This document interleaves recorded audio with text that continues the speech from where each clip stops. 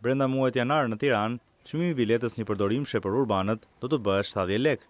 Kjo deklaratë vjen nga Ervin Shiaku, përfaqësuesi i shoqatës kombëtare të transportit qytetas, i cili shpreh se pak të çmim bilete nuk do të ketë sistem urban për qytetarët. Sipas tij, qeveria u ka bërë të qartë në takimet që kanë pasur se nuk do të ketë subvencionim për çmimin e biletës, pasi është e pamundur, ndërsa zgjidhja e vetme në këto kushte mbetet rritja e çmimit brenda muajit. Dy propozimet e shoqatës janë çmimi i biletës 70 lekë pa subvencionim ose 50 lekë dhe subvencionim nga qeveria.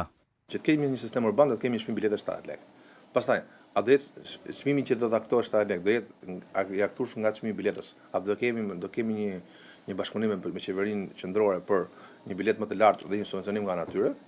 Është diçka tjetër. Bashkia e Tiranës insiston në mos rritjen e çmimit të biletës dhe në mënyrën e kompensimit.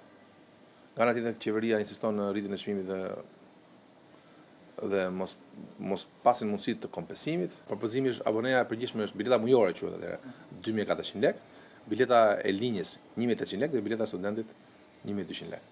Të ndodhur përballë kushteve të falimentimit, Shiaku shton se linjat urbane kanë ende pagat të punonjësve të papaguara, pasi në këto kushte ata nuk kanë aftësi paguese, ndërsa presioni shtohet nga sindikatat, të cilat së bashku me punonjësit pa kohë më parë bojkotuan për gati 3 orë shërbimin urban. Sistemi është aktualisht në kolaps, mbas mund të ketë mos apo të drejtë mund mos ketë sistem urban.